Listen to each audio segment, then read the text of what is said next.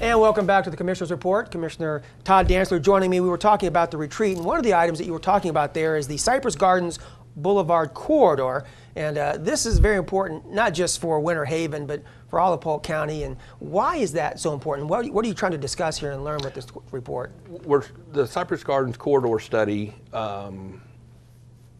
is important because the county owns land and the city of Winter Haven owns land, and we need to have an organized way to develop it.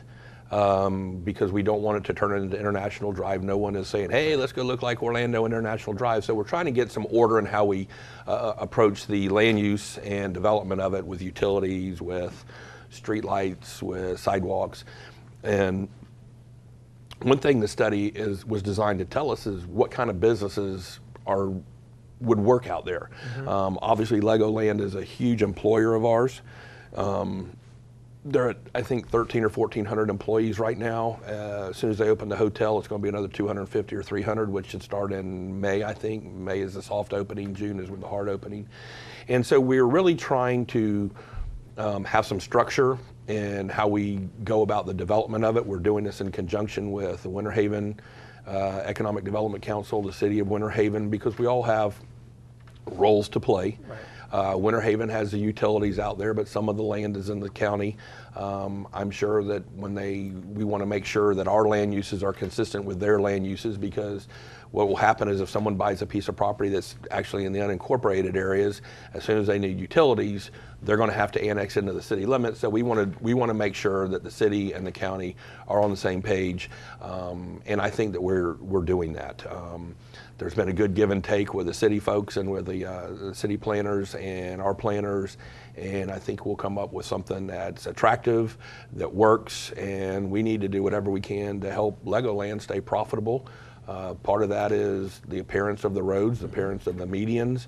The medians need a little bit more attention than they're getting right now. Often people have said, well, it doesn't look like Disney. Well, Disney owns everything from the interstate and all around it, right, and Legoland doesn't.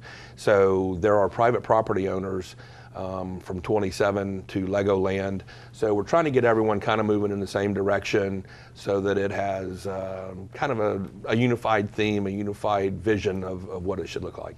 You know, when you think of Legoland as a tourist destination, that's pretty important, because I see for the state of Florida, the governor released that in 2014, record numbers, almost 100 million, that's his goal, 97.3 million. So people are coming to Florida, and they're coming to this part of Florida, Disney obviously to the east, the beaches to the west, that I-4 corridor, very important. So obviously you really want to tap in to make it easier for people who are traveling there to come right down 27 and get to Legoland and other places. Right, and most people that come to Lego, probably 80% are coming from the east, from Orlando. They will start in Orlando and come over and do a day at Lego.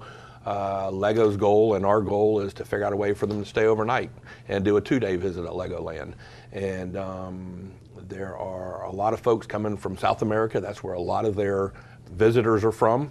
And you know, we're trying to create an environment. Part of it is traffic flow. In talking with Adrian Jones, the general manager, he's not as concerned with the distance from Orlando to Legoland. He's concerned with the drive time. And every time we put a traffic light in to help solve some traffic issues with residents who are trying to get on the 27, that just adds 3 to 4 minutes per travel time. So, you know, we're working with you at DOT. We're trying to do a good job of syncing the lights so that you can make a pretty good run to get down there.